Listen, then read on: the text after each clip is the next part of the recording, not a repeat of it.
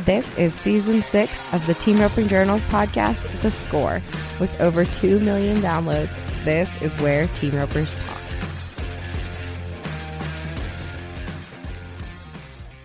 Today's episode is brought to you by 5-Star Equine Products. 5-Star Saddle Pads provides the ultimate protection for your horse so you can focus on what really matters.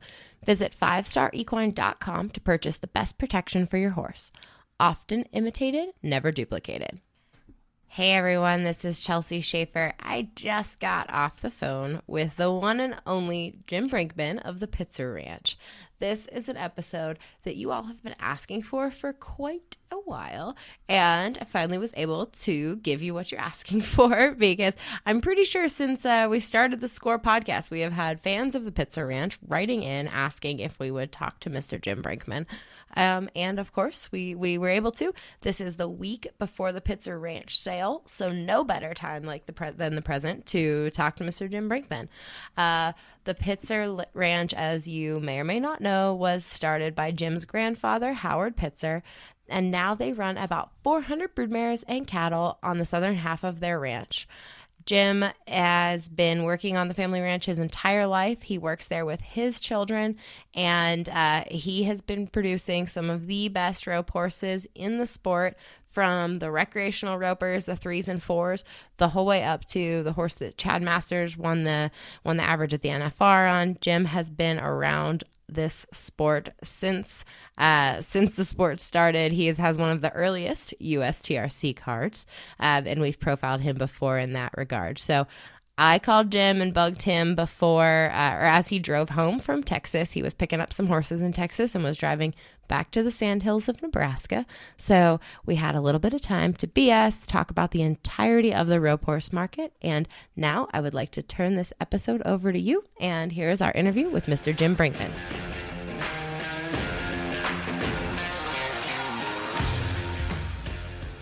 I'm just driving along here, so it's I guess if I run into somebody and start cussing, you can edit that part out. We can edit that part out. Yes, absolutely. Okay.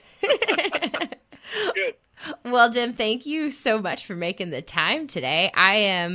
This has been a long podcast coming, because it's not often I get requests for interviews, because we talk to so many people that they usually assume we'll get around. But people, the Score has been around for 6 years, and I think for about 5 of them, they've been asking me to talk to you. So apologies that it's taken this long. I wanted to know to start out, could you give us a little background on your roping history? How you came to team roping and your history in the sport? Of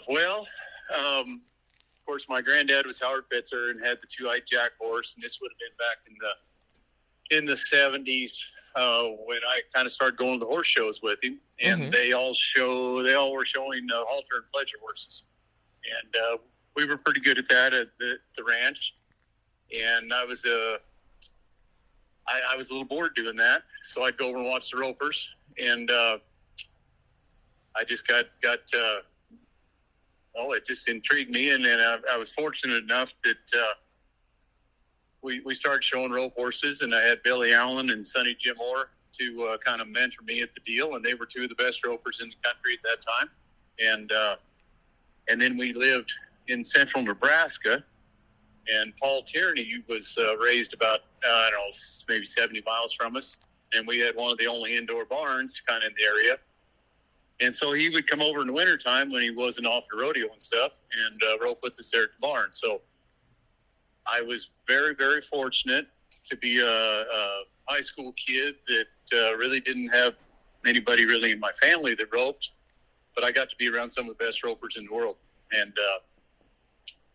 it was, I basically learned an awful lot from all 3 of those guys. They were the ones that got me started. And you had one of the early U.S. numbers, right? I think we did a story a long time ago about some of the earliest U.S. numbers. Yeah, 4876. There weren't too many of us in it yet. I went to the first open U.S. finals down there. They had the open roping, and they had it in the Lazy E. It was, I think they used the whole thing. We came out from underneath the deck there, underneath the concrete, and you'd run clear to the Oh, they used to have the big clock in the middle, or, the big clock in the middle of the arena, and you'd run clear to there before you even got close enough to throw at it. And long barrier. It was fun. We were roping up in Nebraska at the little amateur rodeos and the jackpots, and I brought down Warren Horner, one of the best healers from our area, and headed for him down there. But, we were running a lot of 12-foot scores, stuff like that. We got down there. We were in over our heads a little bit, but it was great fun. Mm-hmm. And that's how you learn. You got to go compete against the best, and then figure out what you got to do next. Yeah. So. Well, what do you remember about Two-Eyed Jack? How old were you when Two-Eyed Jack was around? What era, I guess, were you? Oh, he was born in 61. I was born in 59, so I kind of grew up with him. I was 10 years old, and they'd go throw me on him, and I'd go low figure eights on him in the barn and stuff like that. He was a very powerful horse, probably 15'2", might have weighed close to 1,300. Like, he was a big, strong horse, had the foot and bone to match it. And, but he could change leads every other stride. I mean, he's very, very handy on his feet for a big horse. Mm-hmm. They ran the barrels at the Congress on him, and they cut on him a little bit, roped a few steers on him. He kind of did everything, and we used him on the ranch all the time. And so he was that was just kind of that era. That's the way a lot of those horses were. It was just really fortunate that he was a halter horse, or a pretty enough horse to be a halter horse. His bloodlines, actually, his sire came from the reining industry was centered in kind of around Chicago at that time. The fraternity and all that was back there, and his sire was a great reining horse sire. And then his mother basically came off the sixes, and she was a kind of a Hancock Gray Badger 2 bred mare. So he was bred to be a performance horse, not necessarily a halter horse. Mm-hmm. He just had more looks than most of them. Yep. Now, of all the great stallions that you all have stood over the years, obviously Two-Eyed Jack put the program on the map, or, is what the program is most remembered for, perhaps. But is there one that stands out to you as the greatest that your program has stood? So I will tell you that Watch Joe Jack, I think, was the best horse we ever had. He was faster, better looking, moved better than Jack did, and could really produce a great female. The horse I liked the best, my personal favorite, was a horse called Mr. Joe Song. And just because he was just kind of my pet. I mean, we went all over and roped a lot and won a lot. Mm-hmm. And, whatever. You get a sentimental feeling for some of them, and that was kind of my deal. It didn't matter what we got into with that horse. I always felt like I had enough wheels and enough talent and everything else that he could make up for all my shortcomings. So I like that one an awful lot. Mm-hmm. Have you found over the years that the Pitzer Ranch horses have always been great ranch horses? Have you tried to take any of that out of them as team roping has gotten more specialized, or are you trying to breed any of that great ranch work out of them for more speed or more cow or more performance? Well, you have to kind of stay with the times a little bit. And we were very lucky to have a really good base, a really good set of horses as a base. Our old Two-Eyed Jack type ranch horse program, so to speak, fits right in the number 4, number 5 head horse deal of what's right now. Mm-hmm. I mean, they were big and strong and gentle, and you could count on them, and they'd last for 20 years. You could just, that was what we raised. And so, but of course you can't just sit there forever. So I've tried to cross a little more running, and I've got a couple studs I'm experimenting with off of the quarter tracks that, some first down dash horses, and I'm trying to cross in there a little bit to maybe put a little more speed in. And then of course we got the cow horse, the metallic Casanova, and the highbrow cat horse, that we're standing it's just to make them a little, maybe a touch more, left, right like they can move left and right a little quicker, so you can get a little more of a heel horse underneath of you. Mm-hmm. And now you try and do all that without losing what you already got, and that's the trick. That's the hard part. Yeah. The old story is that you cross a border collie and a greyhound, and you have now the dumbest cow dog in the world and the slowest coyote hound. But you cross it back on a border collie one more time, and half of the litter are actually fast cow dogs. Mm-hmm. And so that's kind of the breeding program. You bring in that outside line, and you try it, and you sort them off, and you sort the best ones. And the next cross, the third cross, and the fourth cross are the magic crosses, where you get what you want. So how many mares then are you keeping? How many fillies are you keeping back a year to go back into your program then, as far as, as far as broodmares? No, I suppose 15, 20 a year, something like that. Really? Yeah. We just, it's a family run operation. My son and my daughter's families are both there, and so we're all together in the deal. And I've got my breeding manager's been with me for 45 years or 50 years now, and he's got a set of mares. And my sister's got some mares there in her family. So all together, 420, maybe 30 mares all together. So we have some options we can kind of go experiment a little bit with this or that and try it out and still keep the base herd pretty clean. Now tell me about your mare program. What does that mare herd look like? A little bit of everything? Is it like a whole mixed bag, or is there a very common look, I guess, in that herd? I've had a lot of people come and look at it, and they say that we have a definite type of a horse. But bloodline wise, I've tried a lot of them. We've got a lot of different types out there. We've got the eyebrow cats. We've got some of the little peppies. We've any of the cow horse type stuff, dual ray or two, and I've got a few race mares, some race bloods, some political jesses, and some first down dash kind of stuff.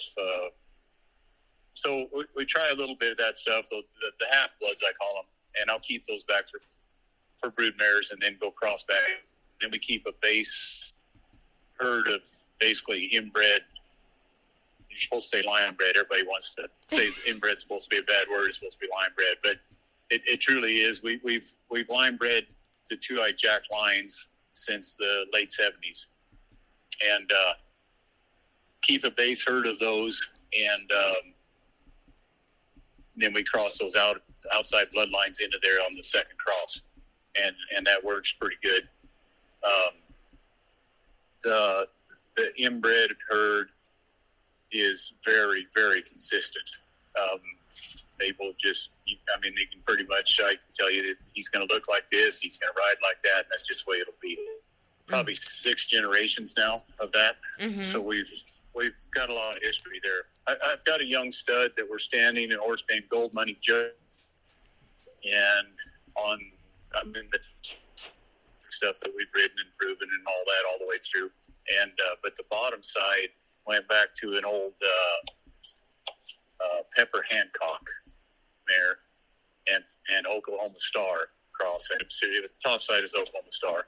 And that was my first kid horse I rode when I was 8 years old. And that'd be five generations back from him. And I rode every one of those all the way up through that deal. So I kind of know what they're going to act like.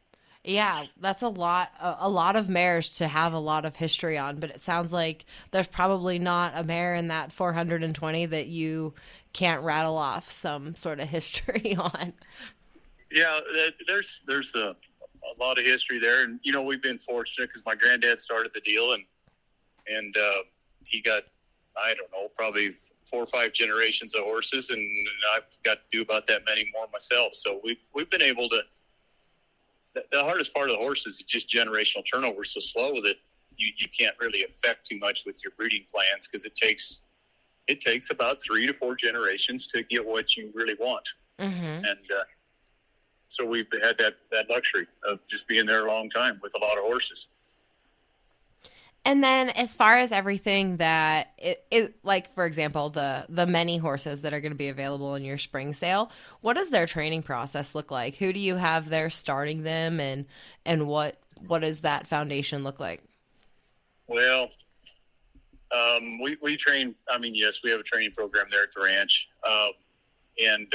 We live in the sand hills, and it's ranch country. There's about 800 people in our county. So there's, I think the second or third biggest sale barn in the county sells 150,000 heads through there. So that kind of gives you an explanation of how much, it's just cattle country. Mm-hmm. And most of the young guys in the area, if they live on a ranch, they end up working over there at our place sometime when they're about 18 to 25, riding a few horses, and they kind of rope there and stuff. And then they go out and they go back to their ranches, and they take horses with them, and they ride them, and they bring them back and put them in our sales. So we've got a pretty good satellite program of young trainers and horses to kind of feed our sales. And of course we do our own. I've got 3 guys there riding at the ranch and training colts. And then there's about 3 more of them that just kind of do ranch work, cowboy stuff. And so we make some horses too, but it's always I've showed horses all my life. I mean, mm-hmm. part of the carnival crowd that way, but we still go out. We still go out and do ranch work. I mean, just he's 3 or 4 years old, and he's sick of the arena, and it'd be a good time for him to go spend a week out there moving cows and stuff, and kind of get his mind right. And then you go back to the arena, and the studs. We ride the studs when we're moving cattle, and we ride the mares and the geldings when we're running horses. And, mm-hmm. Of course, our horse work that's constant because we run a big AI program, so it's kind of like a dairy, and we get the mares in every other day, and we do it all horseback. They chase them in and sort them to horseback and put them up in the stocks and chase them back to their pasture that night. And so it's we do a lot of cowboy stuff yet. And I think people who don't run a lot of horses horseback don't realize how much of a good, like, I feel as if running horses horseback takes a way better minded horse than running cows. Like, you said you use your mares and your geldings when you're running the mares in? Yeah. You get those overflexed reining horses that they got his nose stuck on his knees, and he's wanting to run off with you because he I don't know, they kind of get that overbent deal. Mm-hmm. You just go chase brood mares with him for a couple weeks. He'll get over that. Yes. He'll look a little bit more. He'll look a little more like First Down Dash going down there through there. He'll be have his nose stuck out and his head up, and you'll be pulling with both hands trying to hold him back off of him. Yeah, I think when I first met my husband and he said, "Okay, we've got to go run these brood mares in," I did not have my hat pulled down quite on my barrel horse. I did not have my hat smashed down quite enough that first time chasing the brood mares. Yeah. And if you think you're going to go cut them off at the corner over there and turn them back, you're already late. If you had to think that long, you aren't going to make it. Exactly. That's funny. Now, how do you decide which ones end up going the show route?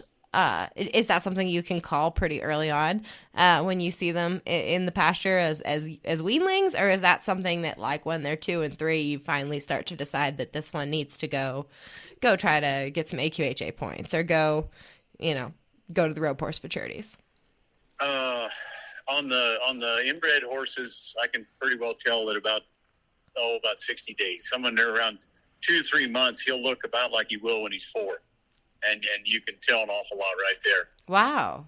On the outcross horses, it's a little harder because you have to learn how, they all grow different. Some grow mature early and some don't, stuff like that. So you kind of have to learn that cross a little bit. But as a rule, most colts will look a lot, at about 60 to 90 days, will look very much like he will as a 4-year-old. So you can tell a lot of body type stuff like that. And, balance, it's a form to function thing. If he doesn't have the right balance, the right form, doesn't move good, he's never going to make it. And you can tell that pretty quick. Mm-hmm. Now, how tall he's going to get, how heavy he's going to get, some things like that. You got to wait, and so he's about a long 3-year-old to come and 4 before you really know for sure just where you're at. But the movement and the balance, that doesn't change very much. Gotcha. And you do a lot of the showing on them, but who else is in your, like, the higher end horse show program with you?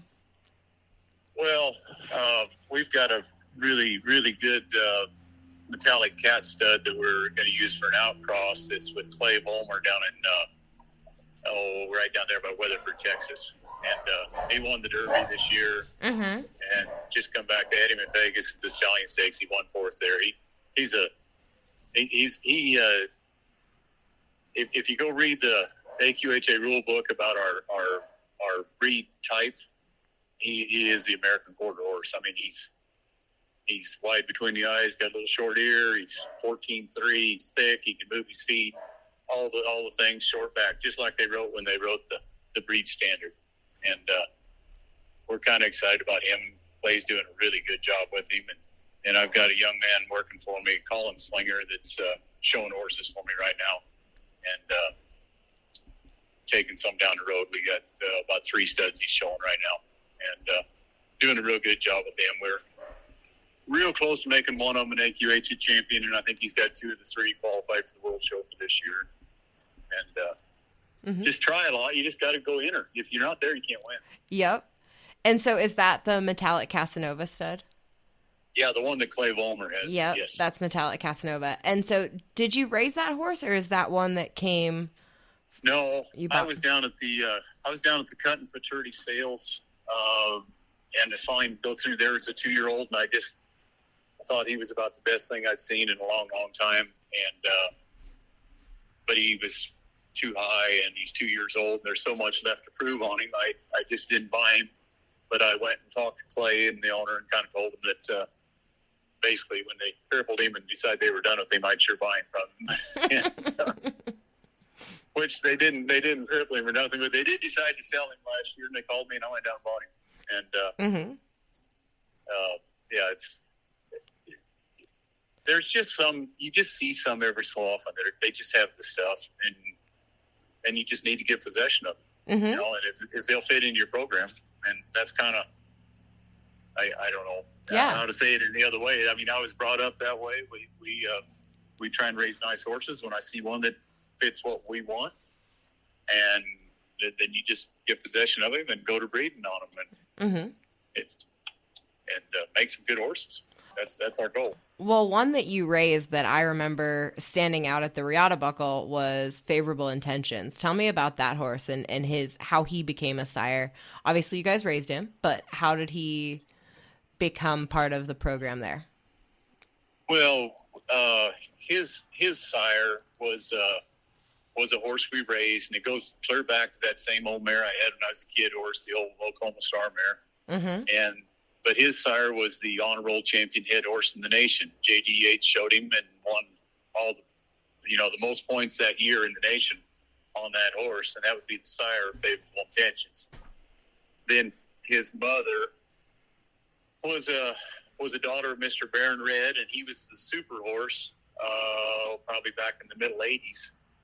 And I might get this wrong, but he was like maybe reserve world champion calf horse, placed in the rein and the working cow horse, and was like 6th overall in the halter. And I placed in can't remember. He was I think he was maybe 3rd in the heading and placed in the heeling up, but something like that. But anyway, he won it all around at the World Show. And so that's the family line. Yep. And then below that was an old mare called Rita's Orphan that was kind of a famous pleasure horse. And I can't remember all the stuff she won, but she was on a national level. She was a big winner. And so that's the bloodlines of him. And we raised him there at the ranch, and he was a very, very cute colt. He's very much just all 2-eyed jack bred. And so he's a very consistent sire, and he'll put a lot of look on his colts and improve a mare's, balance and look. And they're pretty easy horses. They fit the middle numbers in our team roping numbers. They fit right in those middle numbers very good. And anyway, we went to Red Buckle with 2 or 3 of them, and they won very big. And, Yeah. Jake Smith did a real good job riding the one horse for us. And I think he went second in the Open by just a little ways, and really tickled with Jake for doing that. I won a little bit on the same horse in the Heelan, and about maybe the 10, and Heelan on him, and there was another one there that did well. So it all comes together.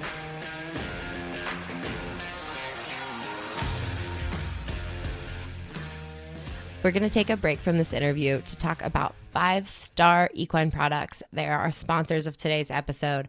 5 Star's exclusive wool quality and craftsmanship has set the standard in the equine industry. 5 Star's durability has been proven in the arena, on the ranch, and on the trail. Custom designs and styles to fit even the toughest of backlines, 5 Star has a pad for your horse. And best of all 5 Star Equine Products are handcrafted in the USA. Let us take the worry out of keeping your horse comfortable while you enjoy the ride. Customize your 5 Star pad at 5starequine.com. That's the number 5, starequine.com.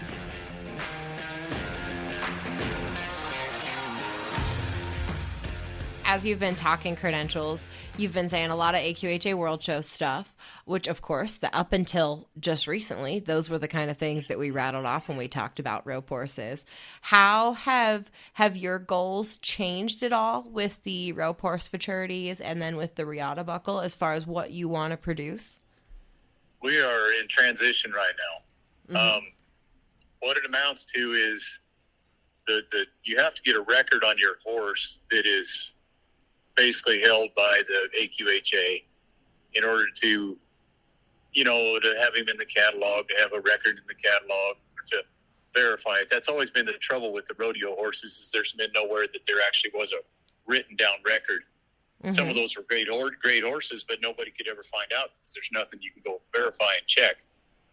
Right now, the AQHA is working very hard at getting the records of the barrel racers, the team ropers, the rodeo guys, all that kind of stuff. We're trying really hard to get all that stuff put into Q data, the quarter horse data, so that we can get that on those sale catalogs and all that kind of stuff. Yeah. The futurity data, all that stuff's going there. And Jay Jay Wadhams, I can't say his name. He's American Rope Horse Futurity. We just made him an alliance partner. And so all that kind of stuff in the next 6-10 years, it's going to be very, very important. We're going to get that data in there, and those horses are going to get recognized finally, and we're going to find a lot of these really good, say, rodeo jackpot type horses that we're going to finally be able to find them and verify it and say that horse actually won that stuff. And it'll change the industry a little bit. I'm all excited about it. Yeah. I'm wound up about it. Denny started it last year with the Riata buckle, and that we got that record put on into Q data, and that's going to be such a big deal. So yes, we talk a lot about the old quarter horse stuff, but that's the stuff that was a while ago, and it's still important. We're going to still go to the horse shows, but we're going to go work the futurities and do that stuff a little harder now too, because we can finally verify the data. Yeah. Now, people, I remember seeing Chad Masters ride some of your horses with the futurities. Who else, as far as quote unquote big names, do you have guys riding your horses at Jay Wadhams stuff, at the Royal Crown stuff? Give me who are your jockeys at the high end stuff? Well, it kind of just depends. Chad did us a real good job. I had Graylin Elkins rode for us for the last about 4 or 5 years and did a real good job. He went out on his own this year. He worked for the ranch the last 4 or 5 years and did us a great job. And he's out on his own now, and they have to go make a living, and I never will pay enough. I'm a cheap old rancher, so eventually they all leave me. But yes, I understand. But yeah, we there's so many of those guys that are so talented, and truthfully, if you've got a really good horse, you'll get one of them to ride him. Yeah. Now, Chad's horse Cody, is that the most famous rodeo horse that you all produced, or are there other ones that I'm just not thinking of right now? This is going to get away from me a little bit too. Guy Allen had two-eyed Jack Red horses, a gray and a black horse that he that he won a lot of his championships on. Now they were kind of second generation off the ranch. They were horses we'd sold, and then they went there. The old roan horse of Rich Skelton's was kind of a ranch bred horse. I'm going to get in trouble. There's more of them than that. I'm sure there are. It's been a long time, but Chad's horse was a very good horse, and fit him at a time of his life, and that was the perfect match at that time for Chad and the kind of cattle and everything that was going on at that point. That was a great horse. And that sucker lasted, I think, was it 2 or 3 years ago that I did a story that he was still riding it? He had busted him out, and maybe Spencer Mitchell or somebody borrowed him too. He was still going up until recently. So yeah, he might have been. I know he took him to maybe the first or second rope horse fraternity and helped on him down there. And that horse had to be 18, 19 at that point, I'm guessing, maybe even a hair older. And but he's still a good horse. Still, he's a warrior. Yeah, he liked what he did. Yeah, he was a warrior. Now tell me, this year's sale is coming up. What are you allowed to say, what your favorite is in the sale, or is there something that you are so excited to see go somewhere? Is that a trick question? We've got a couple. There's a really nice set of horses this year, I think, in the sale. We've got some real solid horses and a pretty good mess of them. But there's 2 geldings in there that are both Reata buckle eligible. They're 5-year-olds. They're out of a horse called Dukes and Divas that we stand at the ranch that I really like. I really like Dukes and Divas. When he was about 5 or so, it would have been the first rope horse fraternity. That's one Chad rode. The Pretty Bay, yes. I remember Chad riding that one, yes. Bay roan horse. And then I went from there to the, I think they had maybe the U.S. finals or something in the fall that year at Oklahoma City, but I rode him there for myself in the jackpot, and then we took him to the World Show about the next week or something, and made the short round, but I think we missed in the short round or something at the World Show. But whatever, that's a very good horse. We've got 2 really good geldings in the sale out of him, Bay Roan and a Brown Colt. They're kind of special. And of course, they're Reata buckle eligible, and they're jackpot broke right now. They're ready to go right now as far as going to some jackpots. So it wouldn't take very much to have them ready for that Reata buckle. Yeah. What has the Reata buckle done for your business? We put in we nominated, I think, just about 100 colts last year, close to that, in our and sold them as babies. And it was kind of a new deal that people were not really sure about the Reata buckle deal. But I think it was like a $200 nomination. And I would say it might have returned. I'm thinking it made those colts bring from 5 to 1,000 more because of it. And it seemed like that anyway. So I think it's going to trickle down to the breeders pretty fast. Right now, there's an awful lot of talk about, if you've got a good 3 or 4-year-old, boy, they're all about buying him to go to the Reata buckle. But I think it's going to trickle down to the breeders, and I really think in about 2 more years of this that it will actually trickle into you'll be breeding mares because the stud's in the Reata buckle. And Jay's deal is going to be a lot the same. I think all these fraternity deals are going to. Sure. In the old days, we had the AQHA incentive fund. That was 20 years ago. It's the same concept in a smaller level of participation money-wise. But people still like that stuff. They like those added money deals and the being able to kind of say that they've got one that's special because he's eligible for this or that. The barrel racers have proven it, with their deal. It's a good business model, I think. Yeah, absolutely. Now, with the AQHA, you're still involved, or are you still involved on the AQHA and steering things? Yeah, I got about almost 4 years now, more of it. Yep, I'm on the executive committee at the AQHA. I thought so. Tell me about that role for you. Oh, the AQHA is a pretty big animal. There's a lot of things going on there. We've got everything from Western dressage to barrels to anything. Roping. I mean, it goes all the way. The pleasure. We got every different type. The thing is, the American quarter horse is ridden by everybody in all the events. I mean, everything is. Scott Myers, past president, sent me a picture of a jumping class somewhere in Florida yesterday, and had American quarter horses in the jumping. Anyway, it's like I said, there's a lot of things going on, and it's our job on the committee, the guys and gals that are on the committee with me. It's our job to, as it says, to protect and preserve the registry, and gather the information and protect the registry. So that's our main job, and so we need to gather up the rodeo earnings and the jackpot earnings and all that kind of stuff, and try and get all that down so that we can help our breeders make decisions to make these good horses. Yeah, absolutely. But what is that the biggest task for you right now is working on earnings with Q Data, or do you guys have, when you all meet, is there like a 1,000-point list that you have to work through of issues that you guys are dealing with? Maybe 2,000. Yes.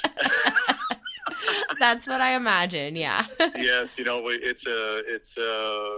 mean, there's a great big foundation that's got millions of dollars in it. That's managed by the AQHA, and of course, just the business of the AQHA period. It's probably a $50 million plus business, and so there's a lot of just that kind of stuff that goes on, and a lot of really good employees down at the AQHA. That's one really neat thing about that organization is you go in that building and there's like a family in there. All those people.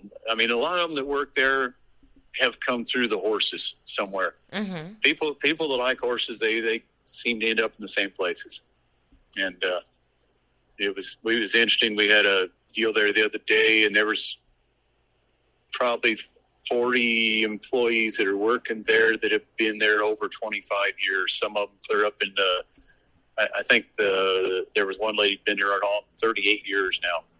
And they get there, they stay there, they take ownership. It's their organization. They're going to make it work.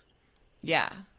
Yeah. I work with Robin and Laura over at Q Data getting the rodeo horses in. I've been working to help them get all the rodeo horse earnings in, and those ladies will answer you at 5 a.m. on Saturday morning. They will answer you at midnight on Sunday night. They are, not that I'm calling, but if I'm shooting an email off, they will get right back to me. They are very passionate, it seems like, about getting everything right.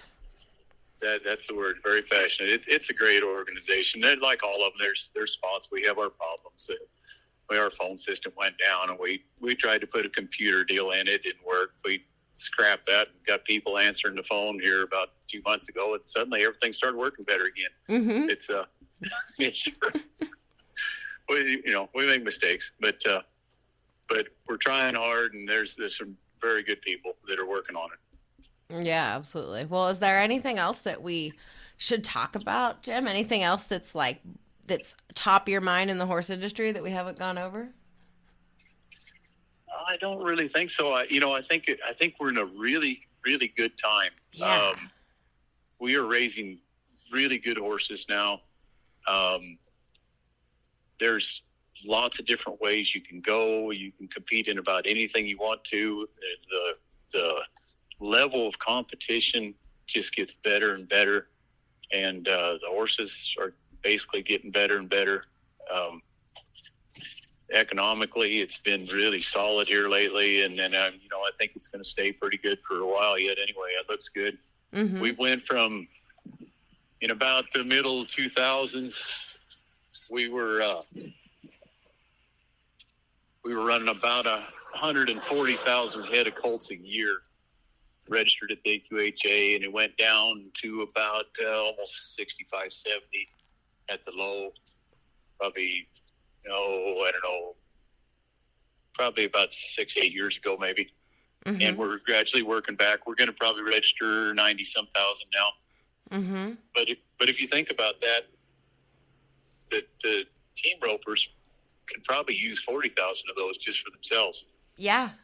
Yeah, absolutely. You know, I mean, with the amount of I mean, every team roper he's got his old horse. He needs one young horse, and he's got one that's probably sore or something. So he needs one more replacement. And, you know, we still got to do all the cutters and the race horses and the trail riders and everybody else. And I mean, we've got more demand than we're raising right now. And most all the other breed associations took a bigger hit than the quarter horses did as far as when the numbers went down. Mm-hmm. So it's good times in the horse industry right now because there's a lot of demand. And I'm encouraged because I see a lot of people just having fun with their horses. Yeah. And yeah. That's what this is all about.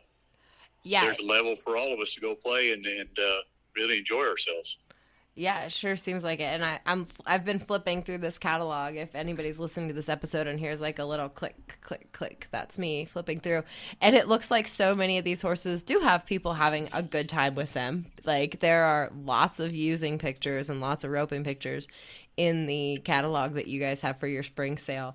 And I think that's a testament because sometimes there's just like, let's hope somebody once rode this horse when you look through a sale catalog or somebody faked it. But these all look pretty legit as far as people having a nice time with them. We're gonna have some tears in the sale ring. There's gonna be some little girls that have been riding that horse around and you know, or maybe some bigger girls. Yeah, they're gonna feel bad when they sell their horse because they kind of really just love him. Yeah, and that's a great thing when you buy one when the previous owner really doesn't want to sell him because they just kind of love him. That's a good thing. That's going to be a good horse. Yeah, it looks like there are some really, really cool ones in the sale.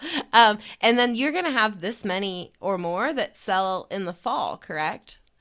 Yeah, usually right around the 10th of December. I'm not sure when that Friday, Saturday is this year.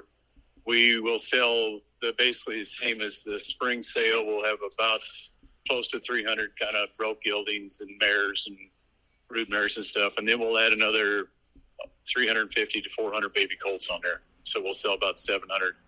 And there'll be three to 400 of those baby, 5-month-old basically colts that are weaned off the mares. So if you're looking for a prospect, you don't have any excuse for not having one because there are plenty, at least at the Pitzer Ranch. That's awesome, Jim. Well, thank you so much for making the time for me. I appreciate it. I hope everybody got what they wanted out of this interview. I've never had so many people ask for an interview for so long, so there was a lot of pressure, but I think we went the distance on on all the different things and elements of the program that we need to talk about. Well, I really appreciate you having me on. Absolutely. We will see you, I'm sure, at, if not before the Regatta Buckle, we will see you in November at the Regatta Buckle. Yeah, we will. We'll be there.